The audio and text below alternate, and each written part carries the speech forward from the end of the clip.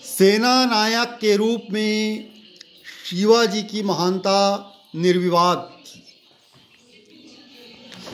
शिवाजी को अपने स्वराज के लक्ष्य, एक स्वतंत्र मराठा साम्राज्य के लक्ष्य को प्राप्त करने के लिए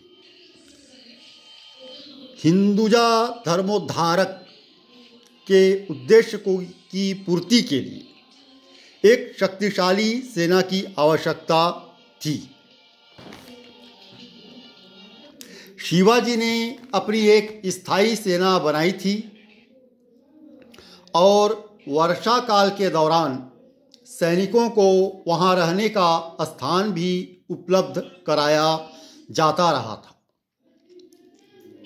शिवाजी की मृत्यु के समय उनकी सेना में 30 से 40 हजार नियमित और स्थायी रूप से नियुक्त घुड़सवार, 1 लाख पदाती और 1260 हाथी थी। उनके तोपखाने के संबंध में ठीक ठाक जानकारी उपलब्ध नहीं है, किंतु इतना अवश्य है कि उन्होंने सूरत और अन्य स्थानों पर आक्रमण करते समय तोपखाने का उपयोग किया था। इस प्रकार शिवाजी के पास एक शक्तिशाली सेना थी जिसके पास तोपखाने थे और तत्कालीन समय में सभी आवश्यक अस्त्र शस्त्र उनके पास थे। उनकी सेना एक सभी प्रकार से सुसज्जित सेना थी। नागरिक प्रशासन की भांति ही सैन्य प्रशासन में भी समुचित श्रेणियां बनी हुई थी। घुड़सवार सेना 2 श्रेणियों में विभाजित थी। पहला, बारगीर। वे घुड़सवार सैनिक थे जिन्हें राज्य की ओर से घोड़े और शस्त्र दिए जाते थे। दूसरा, सिलहदार, जिन्हें व्यवस्था आप करनी पड़ती थी। ये स्वयं किसी भी प्रकार के शस्त्रों की या रसद की व्यवस्था स्वयं किया करते थे।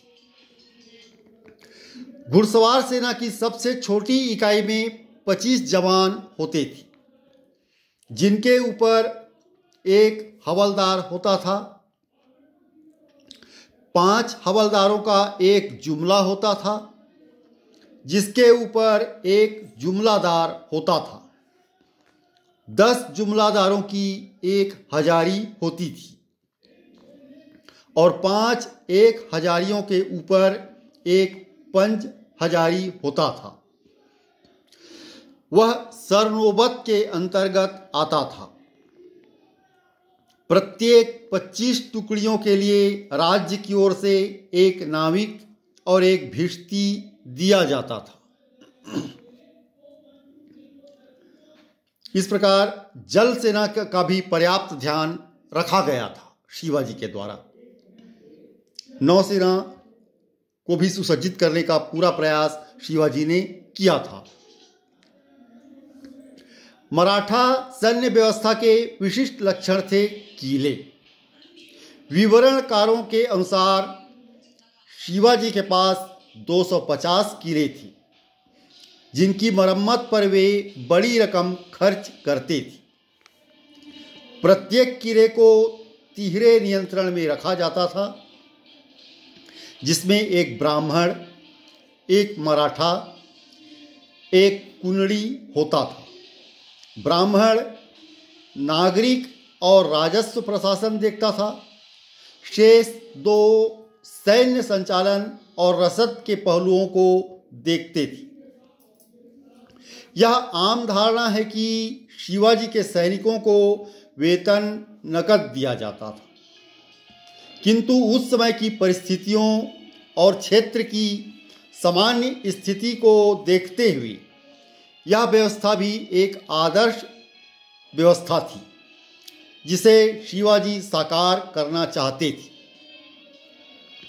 सिपाहियों, हवलदारों इत्यादि का वेतन या तो खजाने से दिया जाता था या ग्रामीण क्षेत्रों की बारत या आज्ञा द्वारा, जिनका भुगतान कारकुन करते थे, किंतु निश्चित रकम के लिए भूमि या गांव देने की पहले से चली आ रही प्रथा को भी पूर्णतः समाप्त नहीं किया गया था।